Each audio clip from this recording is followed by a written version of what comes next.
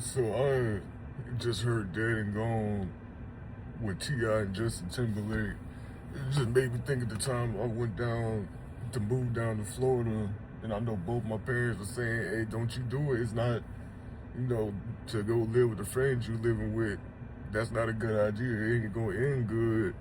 And I wasn't listening to them and stuff. And I was at the airport, and this one guy at the airport that didn't know me from anything, he was a janitor. He said, like, hey, young buck, what's up? Where you going? I ended up telling him, I'm going over to Florida, man. I'm going down there to go live with my friend. And he looked at me in my face and he said, don't you do it. Don't you go down there. There ain't nothing good down there in Florida for you. One of his family members ended up getting murdered down there, I think a few years ago from that time. And that should have been my warning. I still went down there and went down that whole Dead and Gone route that they over there talking about. Went down there. I met one of the best friends I ever met in my life. He ended up getting murdered right before I came back up here. Somebody else I know ended up getting murdered right before I came up here, because I ended up having to come back up to the VA area when I found out the person I was with was pregnant. I ended up coming back up because that was my sign at that point. After going down that route for so long, it's time to go ahead and go. I was enjoying myself too, but there were so many close calls that it wasn't even funny. It was like, I'm just gonna be real with y'all. I ain't gonna be hiding nothing on this channel. There was some close calls where I was like, dang, boy, I think I'm about to die. I think I'm about to die. I ended up having to call my mama one time. I ended up having to call her one time. I didn't know people got that uptight. I got my own, history with all of this, and I'm gonna open up more about it later on in the videos and stuff, but one of the people I was friends with at that time got mad because I wasn't joining his set. And I guess he got fed up because I was telling him no. I kept pushing it off, telling him no, I didn't want to at that point. Next thing you know, he called me and he yelling and screaming on the phone. This is after we've been friends for years. And he was like, all right, you know what? And he knew exactly where I lived at. He was like, we pulling up. And I hear everybody in the background, just like a movie, all you hear is ch-ch-ch-ch-ch. And I'm like, bro, I know he crazy. He got like 30 mug shots. He stay in the streets. Like, he stay locked up. He stay doing stuff. Nigga like 40, he can't even read. He stay in the street. He like legit on that street stuff. Got AKs, ARs, everything. I started hearing all that ch-ch-ch-ch. I was like, oh, I'm effed up now. The only thing I got is a 22 that looked like a 1911. I know I'm about to get it. I'm not gonna lie. I had to call my mom. I was like, Mom, I need you to pray, bro. They about to pull up on me. they on the way now. About to go light my house up. They know exactly where I live at too. Nigga, I didn't think you was gonna kill me because I said no. That definitely made me not want to join at that point. But it was just different things like that. Different things, doing stuff, getting locked up. It was like, doing stuff and they looking for you and stuff. And I'm like, oh, bro, why did I just go, why did I just go hit a lick on this? Why I just go do this to this person? They out looking for me. If I get caught, I'm going to be doing some time. And I had a lot of moments where, just like in the beginning of that music video, where it was like, when you was a child, you thought as a child. Boy, I thought like a child, but I sure as hell was praying like a man, though. Hey, Jesus, you remember me, Jesus? I know you told me not to go down here. I know you gave me all these signs. I know I ain't prayed to you, but could you help me out right quick? I got these people looking for me. I got these people about to pull up on me. They trying to hit me with this certain amount of time. And I'll be praying, and he would help out. Every time I prayed, stuff would end up changing. But the thing is, I'll keep on going around, I'll keep doing it, and I'll keep getting shown a lot of grace and mercy. But at a certain point, I can start feeling like, okay, stuff started getting too close of a call, and I'm like, okay, if you get me out this time, Jesus, I got your point. It's time to stop. It's time to stop playing with you. It's time to actually go ahead and start changing. Because he know everything I got going on in the background, everything been struggling with and stuff. So he definitely showed me a lot of grace, a lot of mercy in helping me. But there was a lot of different times where things were like, it got too close of a call. It got way too close of a call. The difference is, though, I had to start looking at the messages, and I had to start reading them, reading my environment. Okay, if I keep doing this, is it worth it? I got my one homie, and I thank God now that my homie named TJ, I thank God now that he going to church, he back with his family, he doing better. Everybody ain't perfect. But I had people like that coming up, knock. Hey, bro, I got a new lick to hit. Hey, bro, I got some, you trying to go get some money? I got robbing people, kicking in doors, stuff like that, selling stuff. He always had some money, bro. And I had to analyze myself, dang, bro, he keep getting in and out, in and out, in and out, in and out. I don't think what he doing is working. Maybe I need to, stay back from that until I'm actually sure it's actually, something worth the risk of me getting locked up. So it's a lot of times like that. A lot of times we end up losing friends and stuff. And I'm glad they kept it real in that music video, because my mom from the ghetto. My dad used to hang out in the street and stuff, but he did 20 years in the Army, so I'm used to living on base. And I was hanging out, with the street crowd and stuff. But listening, like I said, I listen to all the New Orleans, they make, they over there hyping it up. So I'm over here, young and dumb. I go out, I'm like, bro, I'm trying to get, West Point turned me down for a medical problem. Military turned me down for a medical problem. So I'm like, you know what? Bet, I'm about to go live the street like that. The Army don't want me. Definitely not, I'm definitely not going to be a cop. I'll go live the street life. That's how I was thinking at that point. So I get down there and just doing a whole bunch of stuff. And like he said, looking back at it, there's a lot of things I can laugh at. I was homeless down there in Florida. I was homeless a little over 2 years down there in Florida. Came back up to VA with the person that was my wife, my ex-wife, because she was pregnant, and living out of hotels for 4 or 5 years here, extended stays. Everybody know about them in bad areas. That's pretty much like living almost you pretty much almost living in Section 8 at that point. You see some of the stuff happening up in there. It's not even funny. But I wish a lot of other rappers would have kept it real, because I think I came down there trying to get an adrenaline rush. I definitely got an adrenaline rush, but it came at a price. It came at cold sweats in the middle of the night, panic attacks, anxiety attacks. It came at having all these different problems. Wife after 10 years, ended up cheating on me, left me with somebody else. You're not the same person you was. And that goes back to the song, it's dead and gone, bro. It's dead and gone. I was a different person before I went down to Florida. After I went down to Florida, living in the street, on the street, I definitely got my stripe, like T.A. was saying. But the thing is, at what price? What price did I have to pay for those? So I come back up here. Nobody want to go get felt like therapy, was for soft people, so I felt like that wasn't going to work and stuff like that. I was like, bro, let me just go get some family help.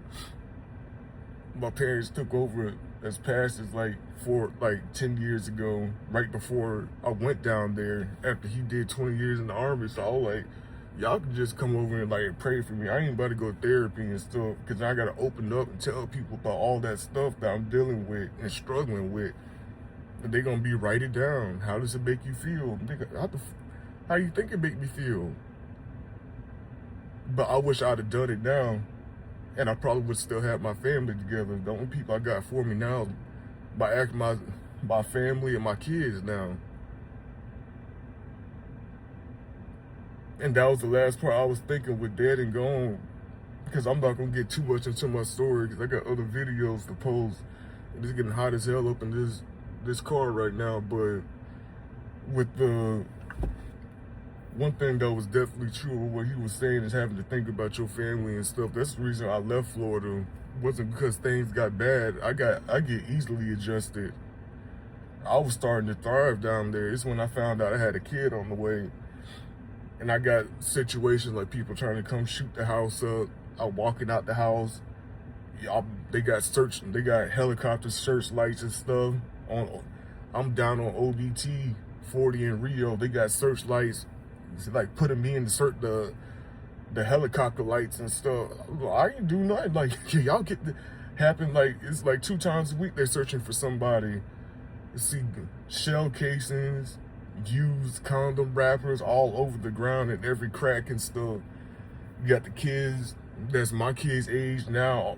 They getting off the bus. They like 5 years old, jumping each other, stealing out the stolen stuff. And I already told myself, if I ever have a kid, I gotta leave this area. This ain't not a good area for me to have a kid in. People over there getting shot, gunshots, people getting shot, people getting found, people ODing, prostitutes staying out 24/7. They got signs in people's houses saying no ho zone because they used to knock on doors and stuff like that. Cops waving at them. Yeah, it definitely wasn't a place I wanted to start my first family at. And down there, up here in VA, the people that know me call me TJ. Down there in Florida, everybody that knew me called me Trap, but that knows me call me Trap.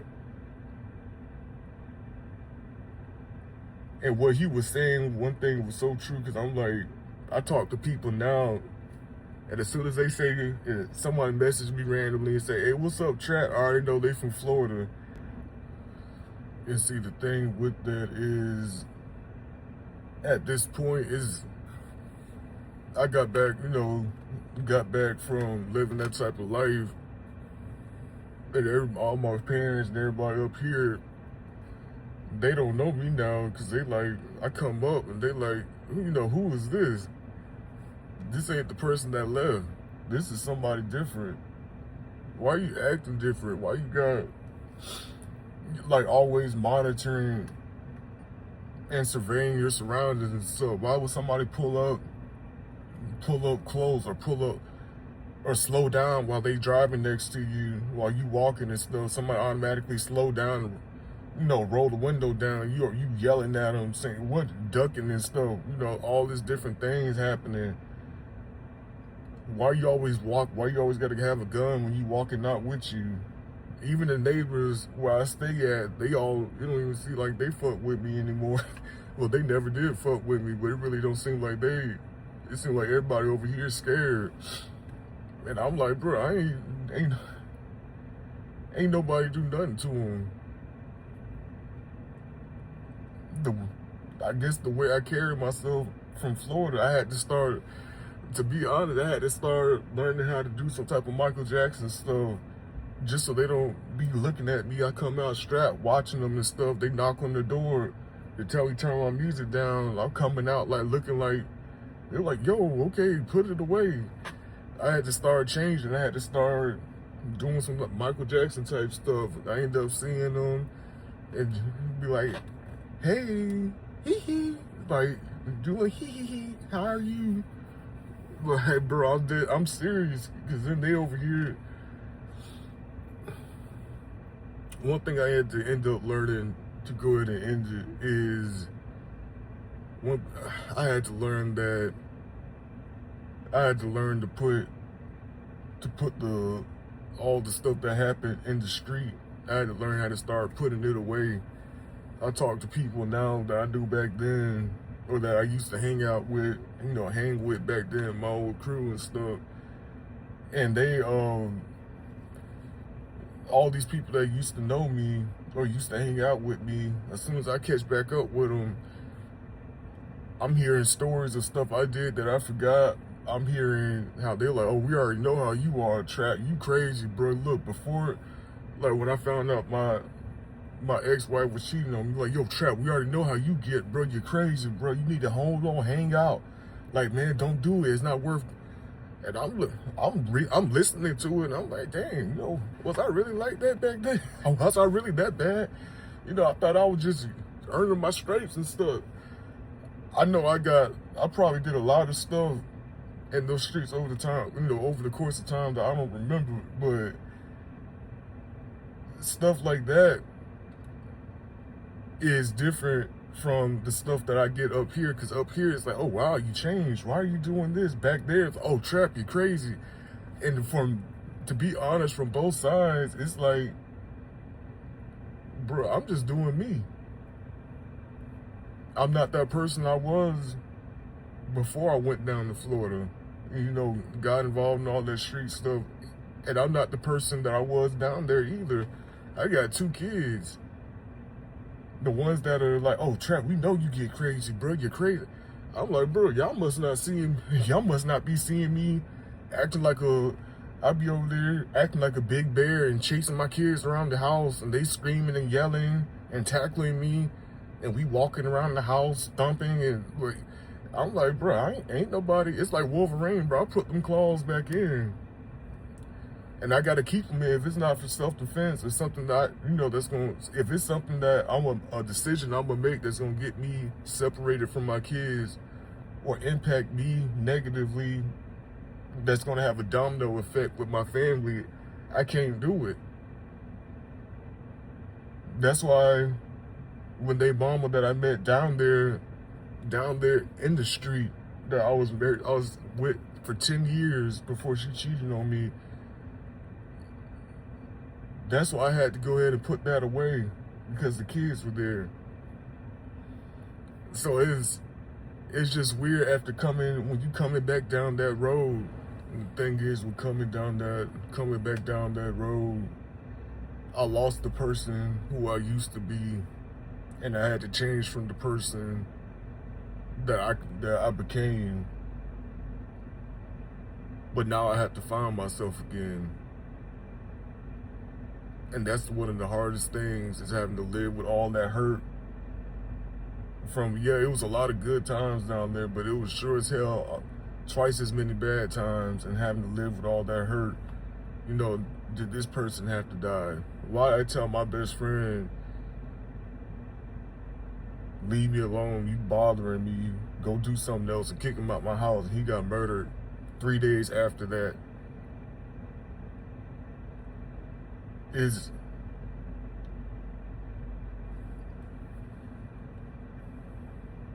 That's why I made this channel, is to go ahead and start reaching out to people, because I wish I'd have known a lot of stuff that I'm out here talking about on the video now. That's why I call it Big Trap Gang. Big community for everybody that been through rough times like these, any other type of rough times, to come together as a community. You know, people got disappointed when I didn't go join their set, but now I got a positive one. It's a community full of people to help encourage each other that's going through hard times, sharing experiences and stuff. A lot of people wanted to know more about my experiences, so that's why I went ahead and started this YouTube video. I definitely will start posting more in the future. I just wanted to go ahead and share that, because I know that song hit me hard. And there's a lot of times I'm wondering why this person had to die. Dang, did I really have to go do that to this person? Dang, I wish I'd have got help sooner, than holding off, because I thought I could do it on my own, because I wasn't comfortable talking to nobody. I ended up I changed from what both people knew into something different now, and I'm trying to find myself again. To be honest, I'm trying to find myself. I'm trying to find myself. I had to put them Wolverine clothes back inside, and they definitely come out when I need them to. But that's the key part, is when I need them. Other than that, I'm running around. I'm chasing my little kids around the house, tackling them, eating with them, playing with them. Ain't nobody going around and kicking no doors in and stuff. I'm even on the path to stop smoking, because they walking around acting like they smoking. That's not a good sign.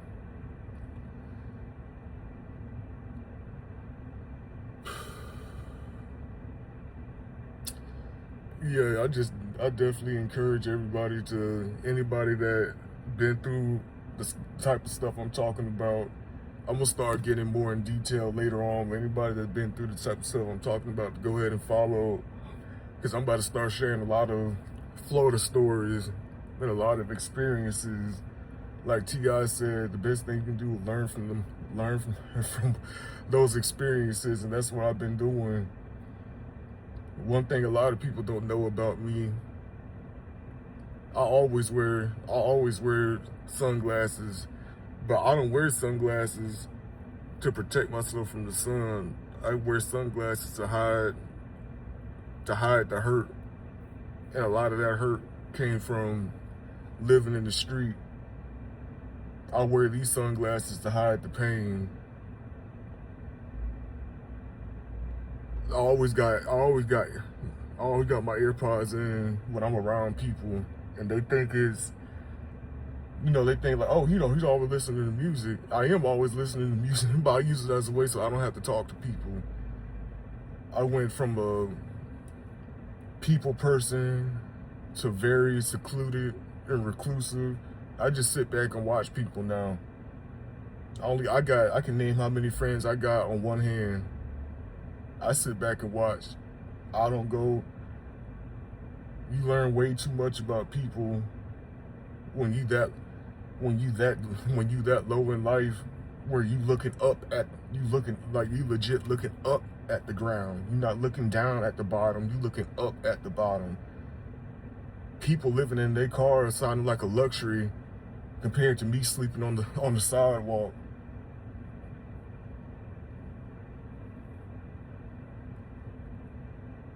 I encourage y'all, anybody have experiences like that. That song Dead and Gone seemed like it helped me. I encourage y'all to go listen to it too. Comment anything that y'all want to hear. I'll be getting up with my next video soon.